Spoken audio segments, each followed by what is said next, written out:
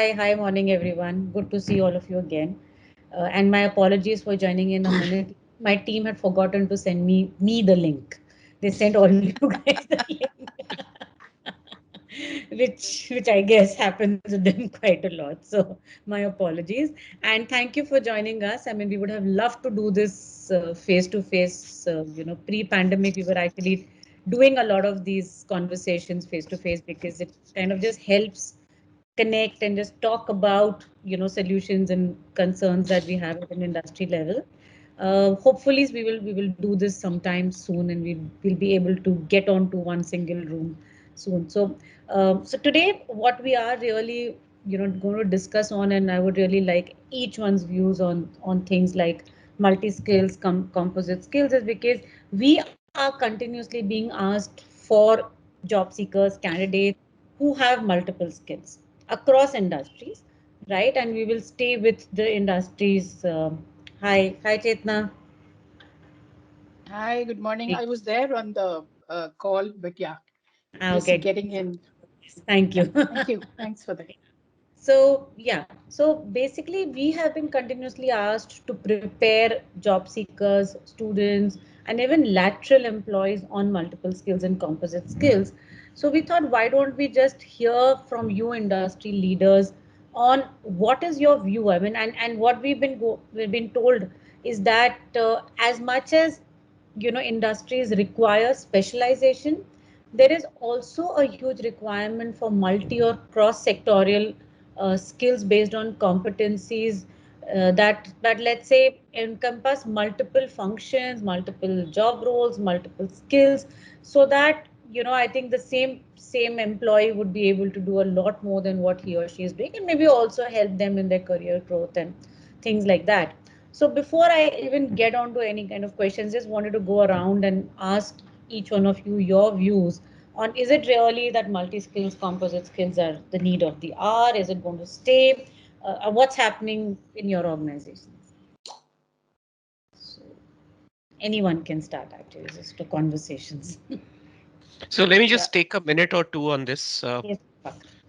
See, from what I've been seeing of skilling, I think in the last 4 5 years, uh, the these buzzwords of upskilling, cross-skilling, reskilling, I don't know, with various connotations of it and understanding of it across industries is happening.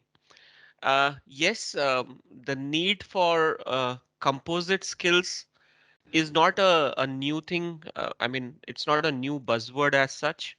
From whatever I've seen, I mean, this is all dependent on how the organizations look at what they need and how also the situations in the larger environment, business environment changes. And that results in a different set of skill sets needed.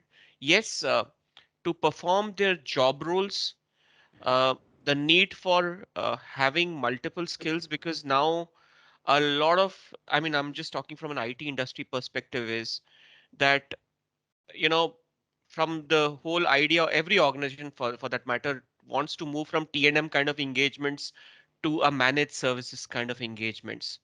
And that is where you also need to look at resource optimization. You need to look at individuals having multiple skills to be able to give a end-to-end solution. I mean, first of all, yes, being consultants Yes. and able to give a larger picture to the client. Uh, then there's a topping of domain which gets added onto it. And in the last 2 3 years, if I were to look at it, and this is where I think I saw a lot of resurgence in the behavioral elements of the skills needed. Yeah. Uh, I mean, if I look at the way the current situation hit us, the whole piece of individuals, the way they, I mean, I'm just starting from hiring, onboarding, selling to execution, everything required a different flavor altogether. And obviously, individuals, it impacted the way they had to work and their behavior elements had to change.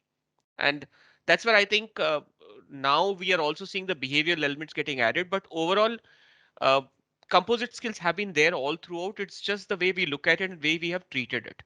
Mm-hmm. Okay. Okay. I think, yeah, yeah, fair enough. It makes a lot of sense, right? Anyone else? Yeah, so let me go next. Very correctly put by Deepak. I think this is nothing new. Mm-hmm. While it's not new, but at the same time, I would say that now it's getting called out specifically, A lot. Yeah. right? So we already had it implicitly. So, for example, if I look at the recent list of, World Economic Forum Top Skills 25, there are things like complex problem solving, critical thinking, creativity. Now, all these things are basically all composite skills, Yeah. Yeah. right? If you have to do problem solving, you cannot just do it by your technical expertise, right? You have to have at least a mix of three, four skills. I would not even say two skills. Yeah. Customer orientation, business understanding, insight into what the business is doing, market intelligence, and whole lot of technical expertise for you to even attempt doing a good job there. Mm. So, in my view, this is nothing new for sure. But at the same time, this has been called out because I think everybody understands that the kind of importance, particularly the behavioral skills, and in our parlance in Ericsson, we call them power skills, Mm-hmm. importance that it should have got, particularly in the technology sector, Yeah. is maybe not emphasized enough. And that's why it's been, I think, re emphasized, called out explicitly. And that's the only difference. Otherwise, very correctly put, it's been there always. It's always been there. Sure. Anisha, Sonal, any views from your end? I Yeah, think, yeah, go ahead, sorry, Anisha. go ahead, Sam. So I just wanted to second the thought of, I second my thoughts with Deepak as well as Chetna. As rightly mentioned, these are not new. Probably we have to think in a way that it is renamed. Yeah. We have heard about adjacency skills. We have heard about T skills, right? Model of learning. Mm-hmm. We have heard about power skills. All of these are nothing but composite skills. Right. And irrespective of, I was just speaking earlier in the introduction that it's not about industry, it's not about organizations, it is the need of the hour because it is an holistic competency development that organizations are looking at. Yeah. And that's where this sits, the composite skill concept or the philosophy sits in the center stage. Mm-hmm. Reason being that you need to be, we have heard about full stack developers. What is that all about? It's the same. It's composite skill. We speak about, technology organizations say that, my organization technology is very strong, technically is very strong. But when it comes to behavior skills, or when it comes to articulation, when it comes to communication, when it comes to narrative or storytelling skills, they fail miserably. That's Mm-hmm. exactly what is composite skills all about. It's all Right. encompassing, not overwhelming. It's very critical for us to understand while we create this kind of culture of building composite skills for our employees. It's also important for us to give us that kind of a platform and hand holding to them, because Mm. the core should not be lost. Right. We all would agree that composite skills are equally they are very important, but the core component or the composite, the most important component of your job role cannot be lost. Right. And Absolutely. while that becomes the center, how do you actually encompass all the other peripheral skills which are must required Yeah. is something which is the beauty of this philosophy. Sure. Absolutely. Yeah. Agree to you completely. Yes. No, I Anisha, you think were saying. everyone has shared brilliant thoughts here. And I just want to back to what Sonal just mentioned. I think composite skills, reskilling, and everything has been in the system for quite some time. But now it's becoming overwhelming to the employee. Mm-hmm. Not just the organization. There are so many interventions today that are happening at an organization level. I mean, let's just take an example. In our organization, in the last couple of years, we launched micro learning. So we are behind the industry because micro learning exists for such a long time. What we did was at every level, we created learning pathways to ensure it's a combination of not just the functional area, but also the behavioral space. Mm-hmm. It's not that it was not important earlier, but it's all about giving it a structure, Right. right? Now, the same employee has to go and manage their BAU. When it comes to the career progression, again, they were asked to, notch up and get the second level of skills which are defined by organizations. So they say that, communication skills, presentation skills, great, but if you now want to move to a different level, let's see how well are you in emotional intelligence, collaboration, and so forth. So, it's becoming so overwhelming for employees that when we check back with them, they feel that there is so much available for them that they really don't know what is important and what is not important. Yes, the reskilling pathways are something which is trending in our organization today. Future skills pathways have been launched. To what Chetna said, that it was always agreeable that critical skills, problem solving skills, presentation skills are part of any role that you are a part of, but it's just picking up more momentum, and it's making clear to everybody in the organization that you can't really move into any other role unless you have the basic skills, and again on top of that you add functional skills. So yes, it exists, but it's getting a lot more structured, a lot more critical from organizations, with great resignations. Again, I guess, building the pipeline, working to create this multi-skilled culture, I think is just picking up, but it's overwhelming for employees, definitely, is what I feel. Yeah. So, that was really my next point, Anisha, you kind of raised it. It's, I think from an employer perspective, we obviously believe and we know what we want our employees to, have in terms of skills. So multiple skills, composite skills. But do the employees also believe that it's important for them? And, I mean, like you said, overwhelming, right? Because they probably just thought, okay, technical skills, I've got a job, now let me just get going. But now the organization's asking them to do so much more, which probably even in their education institute nobody emphasized, right? So what's the employee view on this particular aspect? I mean, do you see even like a small percentage of employees coming forward themselves and saying, hey, let me learn this so that I know my growth path is better than my peers? Does that happen from their perspective? If I have to say from my organization perspective, it happens. We have to acknowledge the fact that we have Gen Y and Gen Zs in the organization. They are pretty fast. They know what they want. They know what will bring them to the that top level of the career, and therefore they are willing to explore opportunities of learning something additional beyond, over and above their core skills. Mm-hmm. Uh, it's important for us as learning and development folks or fraternity to understand that how do we campaign this?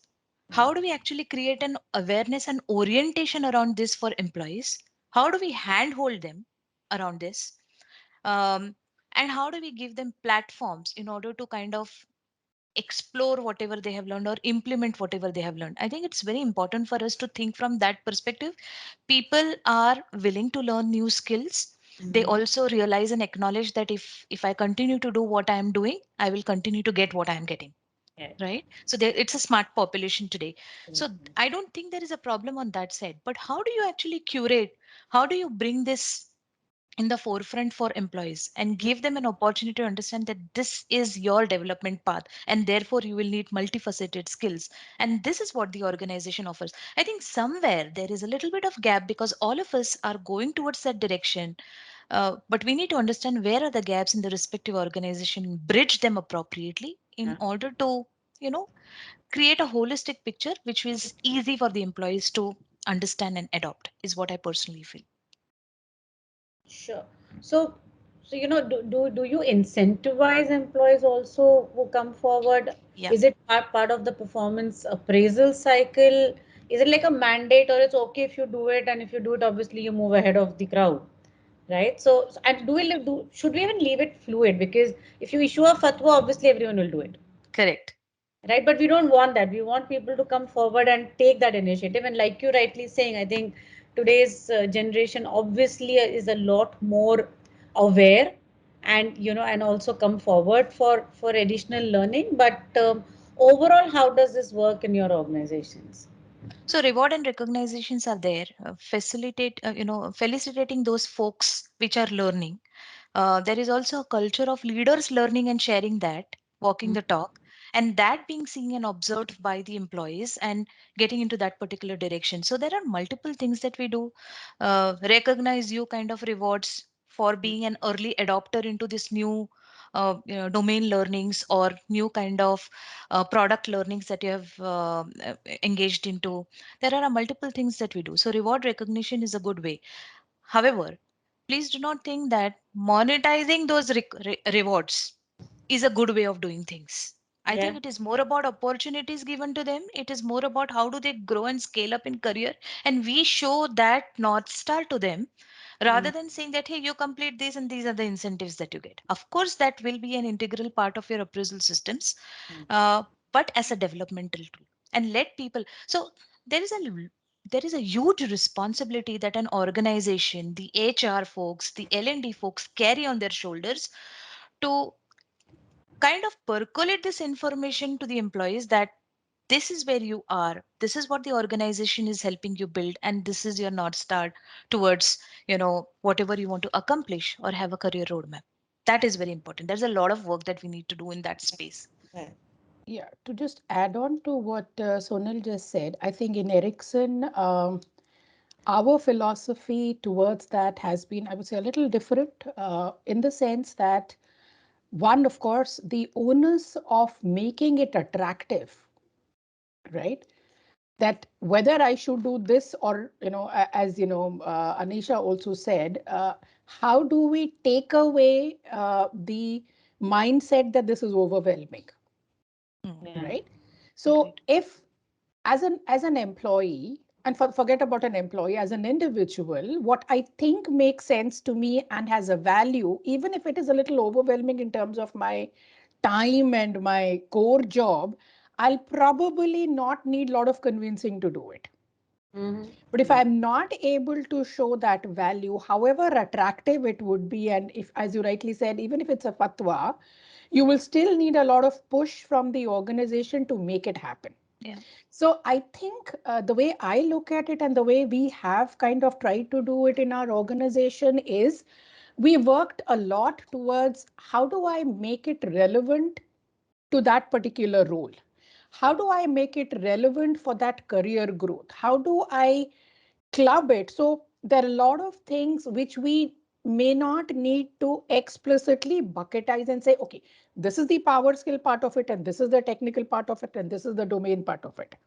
So when you package it together, so you say that, okay, so for example, how we have done it, one of the things that we have done is that for junior to middle management, when a transition happens for an employee, there are certain prerequisites a person needs to have in terms of skill. And what we have done there is, as a part of the appraisal and even outside appraisal, the discussions are not only about what kind of technical skills do you need to exhibit in your next role. Mm. So it is a whole role that is getting discussed. So we're not kind of slicing it to say that, okay, this technical skill is required and this behavioral skill is required and this leadership skill is required. So we Mm. are saying these are the 5 things you need to have. This is where you currently are. And this is the kind of journey which might help you. Right. So what you are essentially doing is telling them where they are, telling them if this is your aspiration, what is the roadmap you may want to take, right? And Mm. also telling them, not really so explicitly, but what is the value if you were to do that? Right. If you are able to message that properly, right?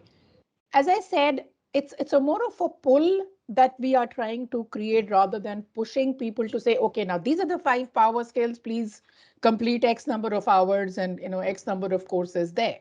So I think that's what we are doing. Other than that, as a philosophy, again, from a strategy, L&D strategy point of view, what we have done in the last, particularly 1.5 years, is we have identified what we call critical skills, Mm-hmm. which are different domains. For example, we being in telecom, essentially AI, ML, 5G, and so on and so forth. So we have 7 critical skills that we have identified. And one of the critical skills that we have added, maybe as an afterthought, is power skill. Yeah. While we say it's a separate skill, but the way we are implementing it is we are adding a power skill to each of the 6 other critical skills, Mm. right? While that is happening, but why we called it out as a seventh critical skill is we don't want to lose sight of what those elements are and where are those elements getting clubbed from a learning journey perspective. Right. Right? So if it's critical skill, which is identified as one of the power skills, so what we would want to do is where is the critical skill getting mapped in the remaining six critical skills that have been identified? Is it a part of the AI ML journey? Is it a part of some other journey that we are talking about? So while we have kept it separate as a bucket, but from an implementation or a roadmap perspective, we have clubbed it. So when it comes to the end employee, why the way we are messaging it is this is the this is the bundle of skills, which is coming back to the composite skill. This is the bundle of skills that you need to know and have a mastery of to whatever extent is required for you to transition into your next role, whether it's a vertical or a horizontal role, whatever that be. And we have also gone ahead and created a lot of certification roadmaps where again power skills have been clubbed into. Part of it, yeah. Right. So that's the attempt is don't kind of keep it a holy book where you only need to touch it once in a while. Make Mm. it a part of the everyday role that the person is doing and message it in such a way as to the employee not really questioning as to why is this additional skill that I need to do. Yeah, sure. Okay. No, I think it's a great idea to do that because integrating it with almost an everyday, it makes it a habit. And obviously, the power skills, behavior skills, all of that is something that we learn every single day and we adapt it for everything that we're doing in life. I mean, it's not like a language, it's not like a technical skill that I've finished, let's say a 20-year course, I finished my certification and I know the skill because the power skills are actually more of a habit. I have to wake up in the morning, I have to brush my teeth, I have to go to office, I have to get ready, I have to go to office, I have to dress up, I have to get all those kinds of things. Obviously, I think making that as part of a day-to-day is very, very important. I'm not sure if it's my network. I saw a lot of people going off the screen. Sorry. So Chetna, to your point, and this is again to everybody. Obviously, when we get people into your organization, so the 0 to 2 years kind of experienced crowd, and then we have the 3 to 5, 3 to 7, and then obviously the 10 plus years. The ratio of the power skills would vary. Across levels, or do you think it's more at a the ratio of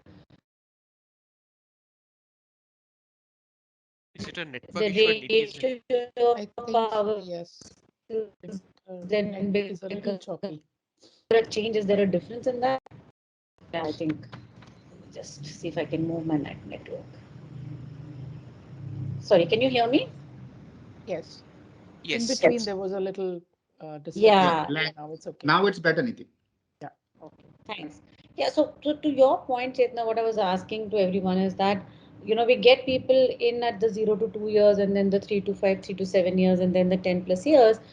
Would and should the ratio of power skills change as people grow up the ladder? I mean, should it be more at the entry level and less as they grow up, or should it be almost, at par? So because obviously the definition of power skills changes as roles change, but do you think that if we make it more overwhelming for the employee at the entry level, they learn through the years, and then over the next few cycles or iterations of people, we may not need to spend that much of time on power skills? Is there any thought around that? So if I were to just take a shot at this, Yeah. see, I see it's only the ingredients which change, but the need exists across. I mean, the first 2 years, they need to focus on self, working as a team, getting the organizational context.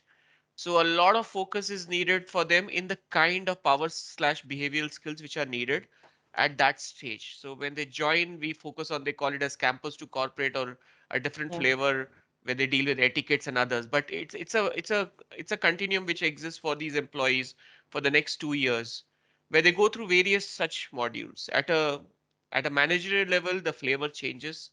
At Mm-hmm. a leadership level, now what we are seeing is there is a lot of need for leaders to develop certain set of skills. um, Coaching, empathy, coaching. Not I'm talking about the pure play coaching, but Correct. Correct. it's more to do with how they connect with their team members at this point in a virtual ecosystem that exists, environment that exists right now. So the need is changing. Yes, the need for leadership to be savvy on a social platform, or the way they connect with folks, is a different need altogether. So I think power skills is not restricted to a particular segment of employee population. Mm-hmm. It now is needed across, and what we are seeing is a lot of leadership interventions where we are taking this up with them as well. Right. Okay. All right. No, I quite agree with Deepak. What we've tried to do with our businesses is, clearly identify what are the skills required as per the tenure, as you mentioned. Yeah. So, as Deepak rightly mentioned, the first 6 months, the focus is more to understand what the role is all about. Let's say, for example, in the contact center environment, they have to understand how to interact with customers, how to provide the customer experience. But even in that, if you look at the learning curriculum, the power skills are already a part of it because these are soft skills.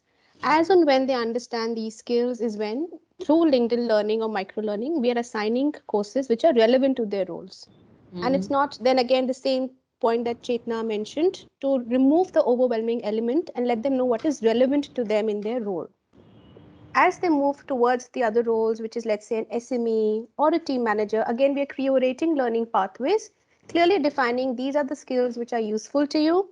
These are again a buffet of skills available through our academy. But when you think you first have understood what the relevant skills are, is when you're most welcome to go and upskill yourself. So I think, I would just agree to what Deepak said that it exists at every level. It's just that the flavor changes. Sure. Absolutely. Sonal, any views from your end? I think I agree with both of them. It's only it's wrong to say that the launchers or the newbies entering into the organization needs more as compared to those people who are in the leadership or people manager kind of roles.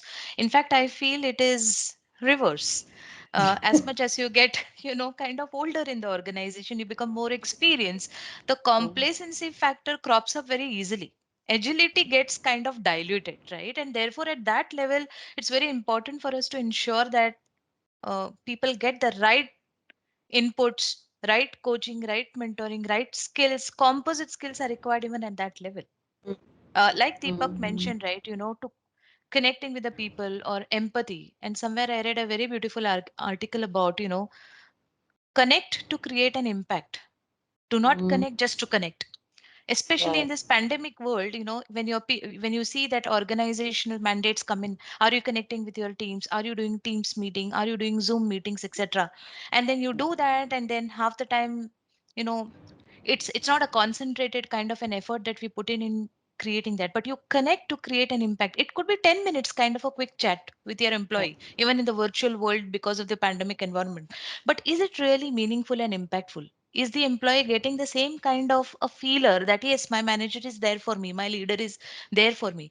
It's very important for us to understand as leaders that these are the skills that we actually need to nurture Sure.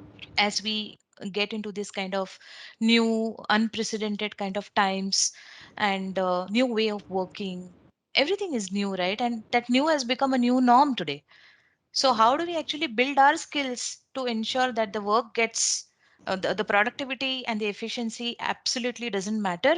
uh, Today, can every leader very strongly say that irrespective whether I'm going to office and working with my team or I'm working from home in a virtual environment, I think I'm there where I'm required to be?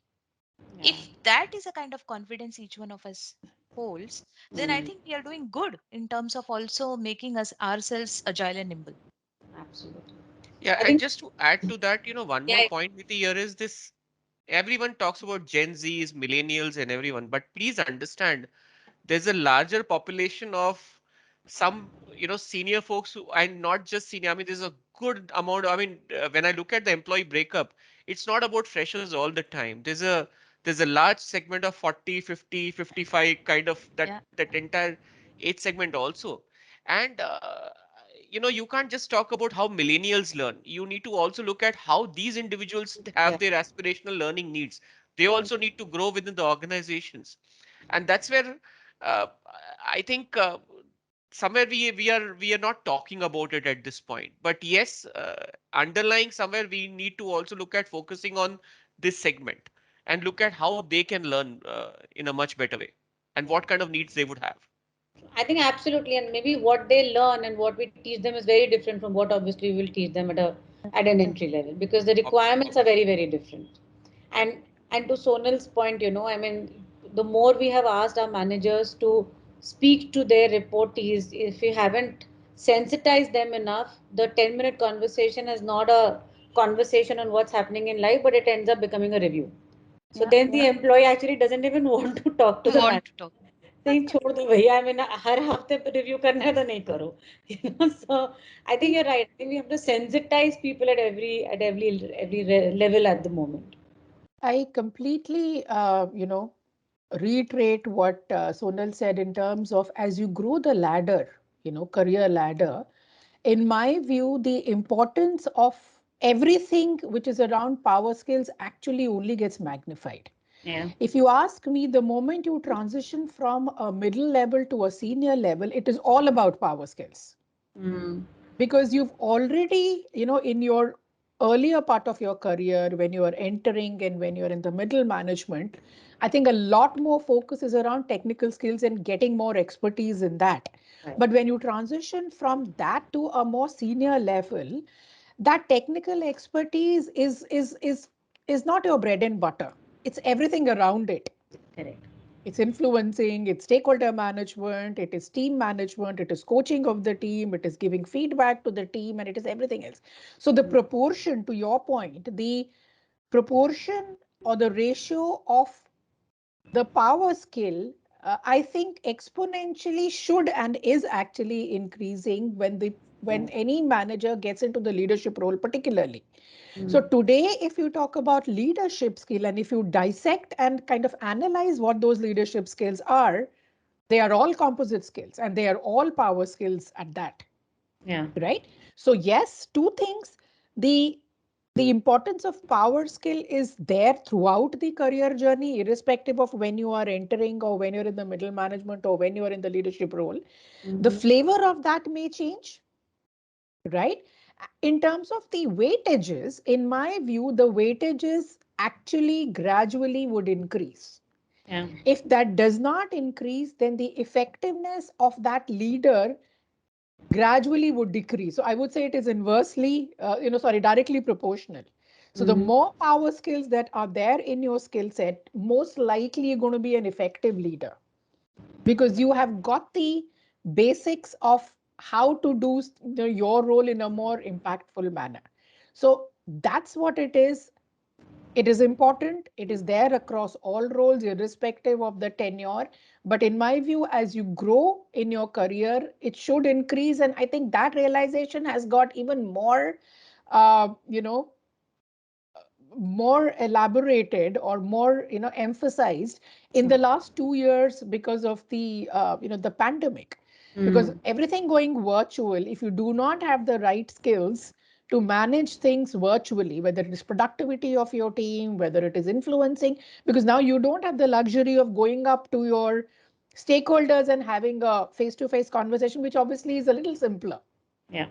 So how Absolutely. do you manage the same impact and how do you manage the same performance virtually requires a very different and a very mature level of skills. True. Very, very, very true. Absolutely. So, I'm just digressing from our current topic, since we are continuously talking about virtual environments. Are your organizations going to work in a hybrid form for the next, at least this year? Is that the view? And the reason, I mean, I'm thinking about then the whole skilling aspect also, because if you bring people back to work, then maybe those ratios and the what kind of skills we're teaching to people may vary, or how we teach people may change. But if it's still the hybrid environment or the virtual environment, then obviously it is status quo as it is in the last 2 years. Most likely, at least for us, we are going to be working in hybrid mode, though our offices are again reopening from have reopened from 21st of February, and from 6th of March, we will have at least minimum 2 days employee footprints within the organization every week. Right. However, it is very clear for us the skilling piece also has kind of evolved with this kind of changes that is happening. Less is more is a concept that we are adopting. Let's Mm-hmm. focus on the top three business priorities, strategic business priorities, and put all our muscles around building that kind of a content, that kind of learning opportunities, wherein masses have to be, getting aligned to the strategic priorities. So, top three, we have been very hard on our business saying that no laundry list of items. Please give us top three, and that's how we have kind of changed our modality of offering programs in the year 2022. All right. Fair enough. But The same even is the at case with, BT, yeah. yeah, go ahead, Anisha. So we are moving into the hybrid model. We've already launched smart working for all our colleagues across all locations, where the expectation is to work 3 days a week. Mm. But depending on the role, it may change. So if you're customer facing and depending on the approvals that you get from line managers, it might change. And to what Sonal said, this is the time when we're actually moving to business and, becoming a part of their strategic decisions. And we're going with exactly the same approach that just give us top three key priorities for your businesses. Otherwise, it gets really difficult, Right. because you go to them, they will have a laundry list without any clear expectation on where it's going to impact. And every time when you even go and ask for a measure of success, it's a huge question mark. Absolutely. So your interventions have to be completely aligned to the business priorities. And I think that's the best approach that we could think of. And I'm glad that Sonal also mentioned about it. Would learning also go hybrid, or will still continue to do virtual learning? So what we've seen in the last 2 years, Neeti, is that even today, I mean, I'm talking about the contact center environment. Our Right. trainings have been in the face-to-face environment. Mm-hmm. Trainers and employees have been asked to come to office. Yes, there Okay. was a time when it was virtual, but there were a lot of challenges when it comes to connectivity and network issues. Right. So while it happened, and the entire team raised out to say that there is a huge impact on the learning effectiveness if it's a virtual environment. Right. So our emphasis is to make it face to face. But when we speak about our leadership interventions, PT is completely in favor of micro learning and moving away from the classroom trainings, Right. unless it's a focus group, because now we have programs on high potentials. So the approach is slightly different in that area where we understand that, where the impact could be. Otherwise, we are moving away from face to face interactions as much as possible. And the idea is to leverage on, license based programs or platforms that we've launched, which Right. will give a bigger view and a broader view, specifically when you're talking about composite skills. So we are actually seeing a shift there. But when it comes to the transactional training, I would say it is face to face to have a maximum impact. Sure. So Absolutely. for us in Ericsson, I think 2020, we did uh, a lot of discussions internally and a lot of deliberations and a lot of reinvention, I would call it. And since March of 2020, when the thing started, the pandemic started and the lockdown and everything started, and this is not just for India, this is all over the world for Ericsson. Mm-hmm. So we have gone completely 100% virtual. And I think even for this year, at least not till Q4, Q4 for us means October of this year. Yeah. I don't see anything changing with respect to that. Because by now, I think after a lot of back and forth, we have kind of been able to manage a fairly decent level of effectiveness of all our programs virtually. Mm-hmm. So I don't think as of now, and this is also linked to our coming back to office schedule. Yeah. As of today, there is no such guideline that has come in. So I don't see that happening before the next at least 4 to 5 months, at least 4 months for sure. And even if that happens, it will continue to be a hybrid mode, similar to what Sonal and Anisha said, that maybe maximum 2 days a week, people might be expected to come to work. But that definitely, I don't think is expected to include trainings, Okay. right? So we definitely would continue in the completely virtual mode, maybe barring a few very senior leadership trainings or coaching kind of sessions where focus group discussions. In fact, we are also doing discussions virtually using Teams and the other platforms. And I think we've been able to do a decent job there. So more likely it's going to be hybrid in terms of the working, but in terms of the training, I still see it to be virtual, most likely for the whole of this year. Sure. So Niti, if I were to add to this, I think whatever Chetna, Anisha spoke about, a couple of these things are happening, but yes, it's going to be in hybrid model. But Mm-hmm. what has happened is in this last couple of years, what we have realized is uh, that platforms have evolved, technology has evolved, the way we learn. In fact, the kids going to school have evolved and understood how to do complete schooling from attending classes to exams in an online mode. I Yeah. think their parents also have picked up the same in their working environments as well. So Mm-hmm. I think from a fresher training where virtual platforms, labs on clouds, assessment, proctoring, everything is available now through online platforms. So uh, sometimes it makes sense because of the fact that in this kind of a situation where people have shifted to their hometowns and locations, Yeah. it makes sense to, if you need to reach a larger employee population, you need to make sure that you use the right tools and platforms to ensure that learning gets imbibed. I mean, yes, I would still recommend a instructor-led training in case I need to do fresher trainings. But I think the platforms have evolved. We might see a 15-20% dip in the quality of overall the outcome at the end, but we can take care of that through some other reinforced interventions. So overall, net the virtual platforms for technology trainings, the virtual platforms for leadership where you have breakaway rooms, you have various types of platforms and tools which allow you to be very participative in a simulated environment. I think that's changing, and that's the reason why edutech is kind of, I mean, Yeah. so much investment you're seeing in the edutech space at the end. It's one of the largest, I think, if you were to look at the kind of billions of dollars of investment which is happening, one of the largest one is in the edutech space at this point. Absolutely, yes.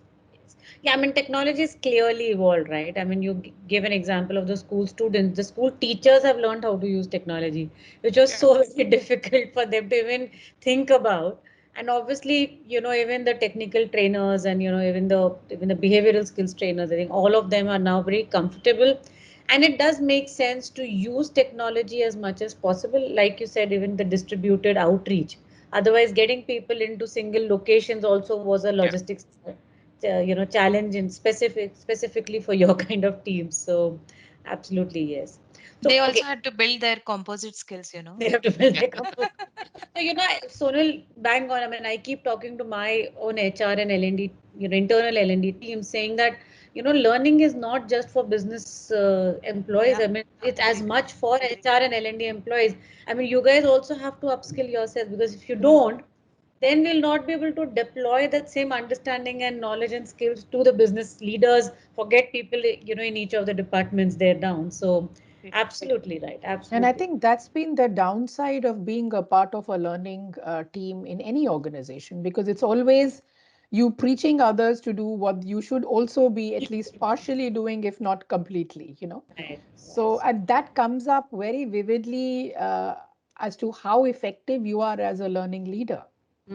Yeah, yeah, absolutely. And I think somebody mentioned that the leaders have to, do the learning and then walk the talk, as much as we as L&D folks also have to walk our talk, right? I mean, we have to showcase that we are as capable as the business teams as well. Yeah, and that's the reason there's a full stack for HR professionals now. Yeah. I mean, Yeah. Now, in fact, just to Chetna's point, I remember a time when we used to pitch stakeholder management as a skill, and the Right. business used to tell us, how can we, check with you to deliver that program? You don't have any stakeholders, right? I Yeah. would rather have somebody from business deliver that session with you, Mm. because I mean, unless you are working in silos and only in a delivery role, you definitely have to upskill yourself. You're talking about Scrum certification, but you have nobody from your own team who understands how that skill is going to help. You Right. really are not walking the talk. So Yeah. I think rightly pointed out, there is a lot of work that we have to do for our own teams to get up the learning curve. But obviously the equation between business and L&D and HR has changed in the last 2 years. I think the dependency has also increased tremendously, which is a good thing. So we need to do what we need to do, and the business needs to do what they have to do. So one last question, we have about 10 minutes now, is we do hire a lot of freshers, and now with the kind of resignations that are happening, the impact on the industry, global and the Indian industry, we are getting in a lot of freshers into our teams. What would you suggest academic institutes prepare students with? So we're talking of power skills, but none of these power skills are ever taught at engineering colleges or B schools or anywhere, right? So what would your recommendation be? And the reason I'm asking is because we ourselves have been debating this a lot with academic institutions. The government of India is now pushing the adoption of degree apprenticeships across board. The new education policy is talking about it, but somewhere the academic institutions have still not accepted that they will have to move to that change, and still doing the same old thing. So we just wanted to pick your brains on what would you suggest they actually bring to the table, so even before the kid comes to your doorstep, they should be able to have some of these skills. So, Niti, just to add to this, I mean, just to answer this, and just a view I have, it is my personal opinion, is that from a technical perspective, a lot of stuff is happening.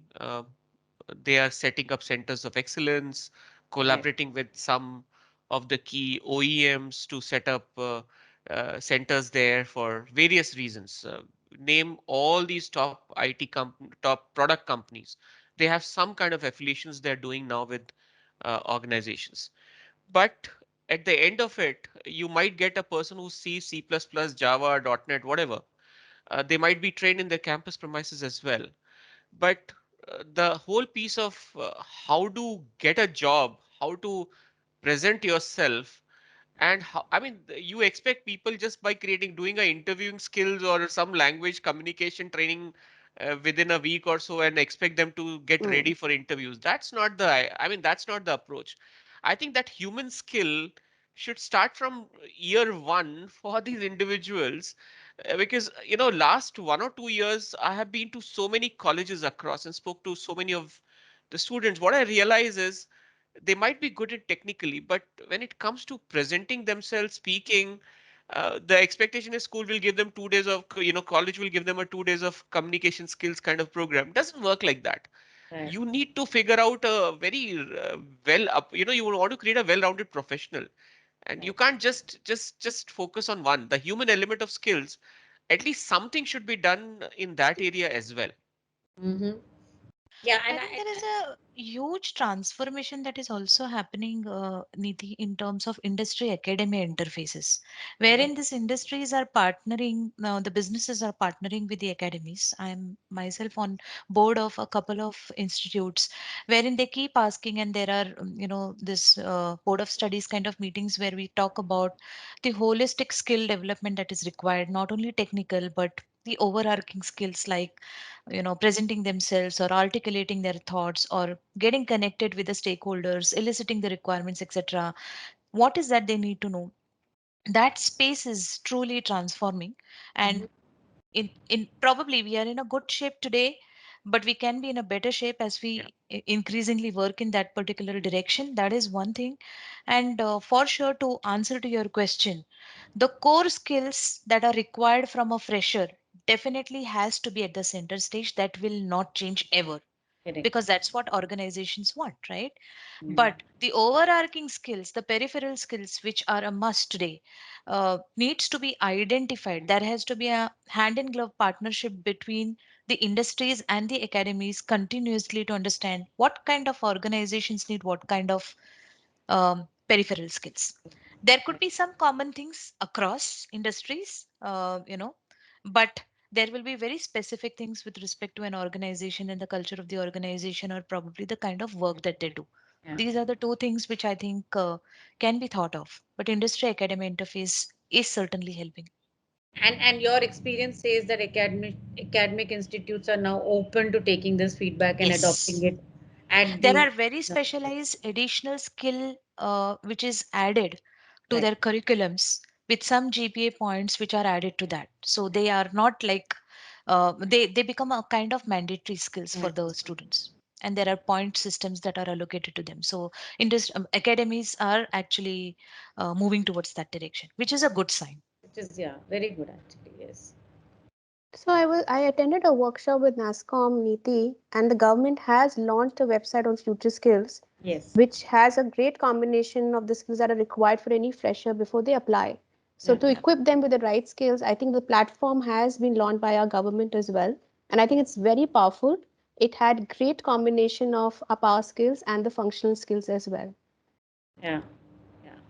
Absolutely. I mean, the challenge in our country because of scale is how many students will actually be able to make use of such platforms and the reach, right? Because the volumes are so high, and of course, NASCOM and Future Skills is doing a great job, also driving it not just through their sector skill councils, but multiple sector skill councils. So they're doing a lot of cross sectoral work on that side. But we have to ensure that every academic institute from where all of us are hiring are actually adopting these practices. Only Correct. then our problem will get resolved at scale. Otherwise, obviously, the investments that we are making on, first time learning and then continuous learning will continue to be on multiple skills rather than maybe just the focused core skills that a business needs. And like all of you said, the top three skills, and everybody can give a laundry list of skills that I may want my team members to actually learn and get there, right? So obviously. We are also making an attempt of tying and having partnership with universities or institutes, wherein learning before joining happens, especially aligning to the respective organization needs. Yeah. Wherein the last semester, especially for deemed open university kind of programs, where they have this flexibility of having additional subjects, topics which can be marked, etc. I think that is actually working well for us. So the last 6 months, together with the internship is clubbed together with some kind of organizational domain and product skills that are given to the students. So we know what we are going to hire, and those bunch of people will be kind of 6 months trained, wherein the curriculum is weaved together with the industry requirement or that respective organization's requirement. And when they join the organization, it's a quick 3 weeks kind of a startup thing that we do for them, and then they're onboarded onto live projects. That is also something which is coming up immensely. And what percentage of your fresher hiring would be that, Sonal? It's quite interesting that you are making investments on Yeah. that one. We have just begun with this, at least the last 2 3 cohorts has been great, wherein people they're half cooked, Yeah, they're ready, right? So the time that the business takes to onboard them onto live projects or product development becomes much easier. absolutely. So they're working. I do not know what will be the percentage as we move forward, but at this point in time, at least there are minimum 3 cohorts that has been picked up in that way. Same Oh, thing applies happens for us also. We have MOUs with campuses, so we work with them Right. closely. Seventh semester we start trainings. In fact, we train their professors also of what is the requirement, Yeah. and right. then get it customized. So those kind of interventions are happening, but that's at a very, I would say at a level where you have affiliation with one or few colleges that you work with. But if you Right. look at a larger landscape, because the way it is, within that, I think it's called NRIF, which has a list of some top Yes. 300 colleges, so Yes. 350. But there are 1,000 more colleges beyond it as well. And Absolutely. Yeah. the challenge is, these individuals also need the same kind of focus. So Correct. that's where, when I look at a wholesome picture, I think you need to have a broader perspective to this also at a government level or whichever level we can think about. Yeah, I think at a policy level, and UGC has to drive it downward. UGC and Yeah, AICT has to drive it Yeah. downward. yeah, And we are trying to basically bring from bottom up, but the academic institutes have to do it top down, so that yeah. everyone is able to get the same amount of learning and core skills as well as supplementary skills, I think right? And yeah, NASCOM also, I was a part of that NASCOM group years back, almost 10 plus years back, where there was also a very similar, need identified where the organizations or the industry was working very closely with the academia to mm-hmm. actually add what is it that they would need from the academia in terms of a change or tweak in their curriculum. And one of the things which had at that point in time come up is the need to add all these skills that we are talking about today. So that when a person or a student actually applies for a job, so it was more from an employability perspective, increasing Mm, the employability. Because right, what's been clearly found out is that most of these students who do not get picked up more often than not are because of their non-technical skills, Yeah. absolutely, right? So absolutely, this was an agenda that was driven by NASCOM very seriously at least 10 years back. I don't know what's the status today. So we had worked with across the board. So this was, we had worked with some tier colleges. I don't even remember. There were many of them. I think about 20, 30 colleges where there was a standard template that was defined that, okay, in each semester, what's the kind of power skill, behavioral skill, so on, that is required to be added. And to Sonal and Deepak's point, the other thing that we had also at that point in time, and I think today almost all, at least the big employers who are hiring in bulk from the different institutes and academia, particularly in the engineering side, they have this kind of mechanism wherein either they are inviting the students one semester before they graduate, right, or they are running their organization specific curriculum, including what we do in Ericsson.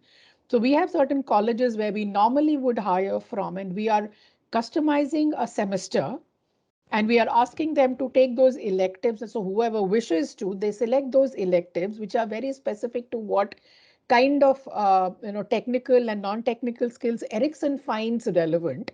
So the right. employability or the probability of those people getting picked up in our organization is much higher because Right. they're closer to what we need. Sure, absolutely. Right. I think great points, and as usual, we can continue this conversation for next few hours. But I think it's just at 11. So thank you so much for your time, Sonal, Anisha, Chetna, and Deepak. Wonderful catching up with all of you once again.